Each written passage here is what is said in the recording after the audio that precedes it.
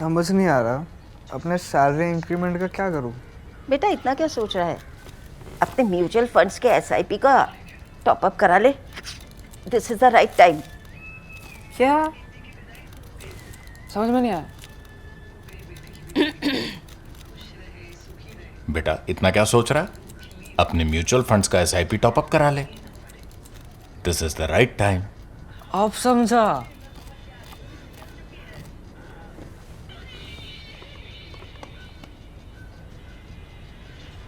Mutual fund investments are subject to market risks. Read all scheme-related documents carefully. Hello and welcome to The Print. This is Bidisha and you're watching Economics. Let's start with a number that needs more attention than any other from today's Tamil Nadu Budget announcement. 44,527 crore rupees. Now hold that number in your head because by the time this explainer ends, you'll understand exactly why it matters more than every headline you've been seeing since this morning. The budget got announced today. Tamil Nadu's budget for 2026-27 was presented by Finance Minister N. Mary Wilson in the Legislative Assembly. This is the maiden budget of the new TVK-led government under the Chief Minister C. Joseph Vijay. It's the very first full financial statement since coming to power just 3 months ago. And it comes barely 6 weeks after the government released its own white paper, admitting in writing that Tamil Nadu's finances were under serious strain. So this was never just a budget speech. It was a test. A test of would this government practice what it exactly preached? Now, as I went through the budget speech myself, I found that underneath the headlines, there's a far more interesting story than the one everyone's currently repeating. Let's get into it. Part 1. The gold coin problem. The government announced it will give an 8-gram gold coin and a silk sari to every bride under a scheme called Annansir Thittam. It also announced a 1-gram gold ring for every baby born in a government hospital. And within hours, that's all everybody was talking about. That is not really the story. Let's start with a simple number. The gold coin and the sari scheme costs the state 812 crore rupees. The gold ring scheme costs 560 crore. Add a few smaller welfare announcements, a bump in fishing assistance for coastal families, an increase in the Hajj pilgrimage subsidy, and you get to roughly 1,500 crore rupees in headline welfare spending. Now, this is the kind of money that grabs attention because it's personal, because it's visible, and because it's easy to picture. But here comes the number I had asked you to hold on to in the beginning. The Tamil Nadu government allocated 44,527 crore to the school education department alone. That single department's budget is close to 30 times larger than every gold coin style scheme announced today combined. So why does nobody talk about the 44,527 crore number as much as everybody talking about the gold coin? In order to understand this, you need to understand a concept from behavioral public finance that explains this precisely. Salience bias. It means we naturally pay more attention to things that are vivid, personal, and easy to picture, like a gold ring or a bright sari, than to things that are large but invisible, like a teacher's monthly salary. A gold ring is something you can hold in your hand. A budget line paying the salaries of lakhs of government school teachers is just a number on a page, but that number on a page is where almost all the state's money actually goes. Part 2. Where the big money actually is. Now let me take you through every department where the government disclosed a specific figure, from the largest to the smallest.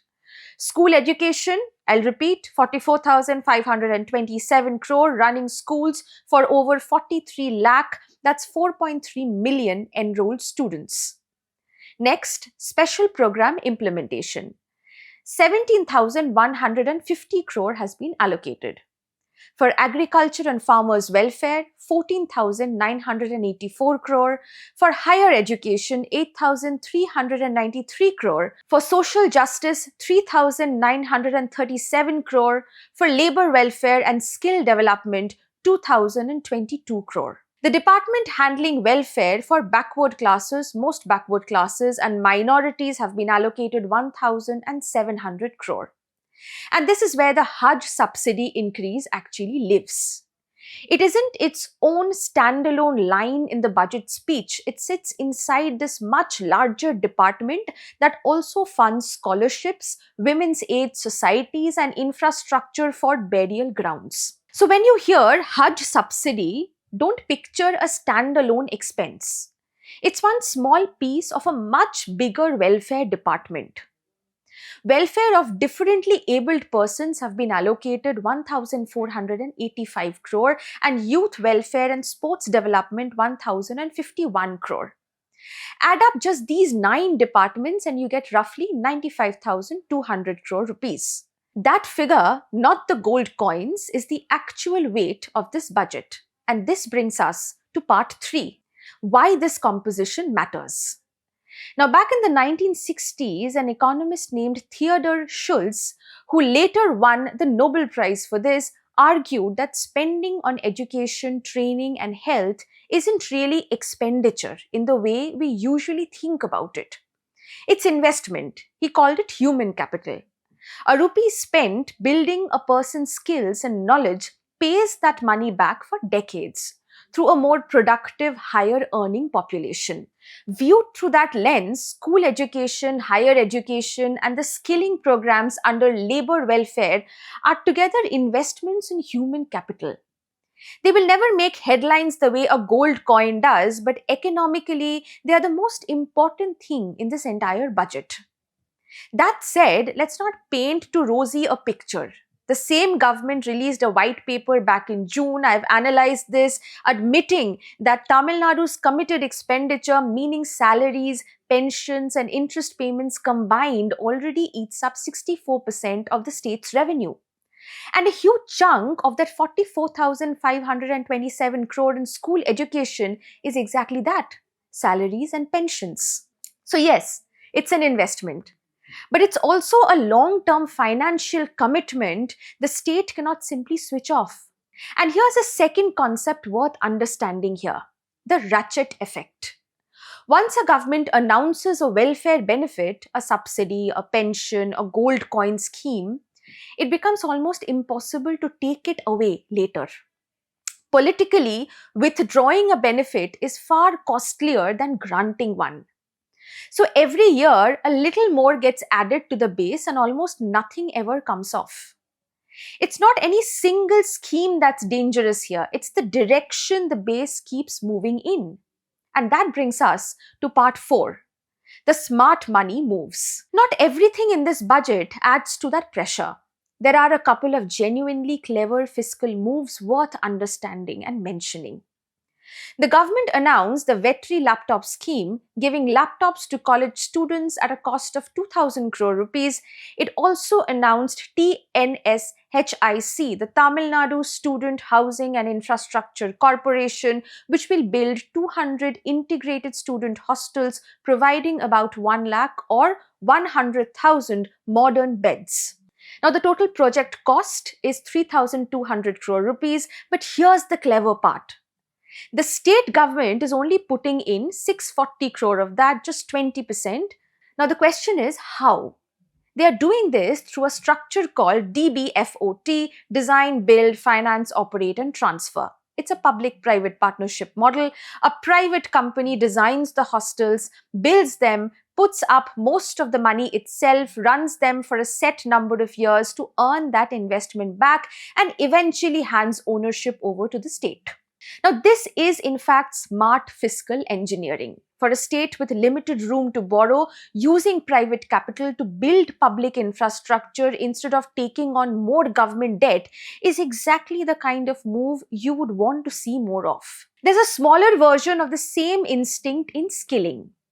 The government is setting up 5 new ITIs, industrial training institutes, government-run vocational centers teaching hands-on trade skills. The total project cost is 90 crore rupees, but this year's budget only allocates 7.5 crore to get things moving, with the rest spent as the institutes are actually built. Now that distinction matters because conflating the two would overstate this year's actual skilling spend. Part 5. The revenue question. Now let's get to the part of this budget that deserves the most attention and got the least coverage. Revenue. Remember, the white paper in June said Tamil Nadu's revenue problem wasn't a weak economy. It was administrative leaks. Money was slipping through gaps in commercial tax enforcement, stamp duty collection, excise and mining royalties. The white paper estimated that plugging these leaks would recover around 20,000 crore rupees a year. So the question is, what did the government actually announce against that estimate? 2 concrete measures were announced. First, an additional privilege fee on liquor manufacturers expected to raise up to 1,000 crore rupees annually. Second, a set of technology-driven reforms. Faceless assessment under GST, that's the Goods and Services Tax, India's unified indirect tax system, meaning tax officers no longer physically interact with businesses during assessment. Now, this reduces opportunities for corruption. There's also faceless registration for property transactions and full computerization of mining activity monitoring. Together, the government expects these to bring in roughly 15,000 crore rupees. Add it up and the stated revenue target is close to 16,000 crore rupees. Now, this is short of the white paper's own 20,000 crore estimate, but in the same range and backed by named specific measures rather than vague promises. This is the very first time efforts to increase revenue have actually come up with numbers attached. One more thing worth flagging: a new expert committee on revenue augmentation chaired by Mr. Montek Singh Ahluwalia, the former deputy chairman of India's Planning Commission, has come into play. Now, bringing in an economist of that stature isn't just symbolic. It signals that the government wants this seen as serious technocratic reform, not just another enforcement drive. The economic term for all of this is betting on revenue effort rather than revenue capacity. Revenue capacity is what your tax base could theoretically yield if squeezed to its absolute limit. Revenue effort is how hard you actually work the existing base through better enforcement and administration without raising rates or introducing new taxes. It's the least politically painful option for a government that just won an election on welfare promises. Nobody feels a faceless assessment reform the way they'd feel a new tax. And this brings us to the final verdict. Let's bring all of this together. This is not the reckless, debt-fueled populist budget that a gold coin for every bride headline makes it sound like. The numbers show a government putting the overwhelming majority of its money, roughly 95,200 crore rupees, across the departments we know about, into education, into skilling, into agriculture and social welfare infrastructure, much of which genuinely qualifies as human capital investment. But it's also not the disciplined fiscal correction the government's own white paper said Tamil Nadu urgently needs. The government's own numbers confirm the state's debt has doubled in 5 years to about 10 lakh crore rupees in direct terms, and once you include the debt of public sector undertakings, meaning the state-owned companies like the power and transport corporations, that actually rises to 13.18 lakh crore. What we have instead is something more familiar in Indian state finance. A government trying to fund its welfare promises through efficiency gains, better tax administration, digitization, plugging leaks, rather than through painful tax hikes or spending cuts. It's a reasonable strategy. It asks nothing difficult of anyone, but it's also the strategy every state government under fiscal stress finds most convenient, precisely because efficiency gains are the cheapest form of fiscal discipline there is, and also the easiest to overpromise and underdeliver. The real answer to whether this budget works won't come from today's speech. It will come from the annual financial statement, the detailed document that lays out the state's full fiscal deficit, revenue deficit, and capital spending numbers once it's published. Now, that's the number I'll be watching for. And when it's out, we'll be back to see whether the government's bet has paid off or not. Thanks for watching.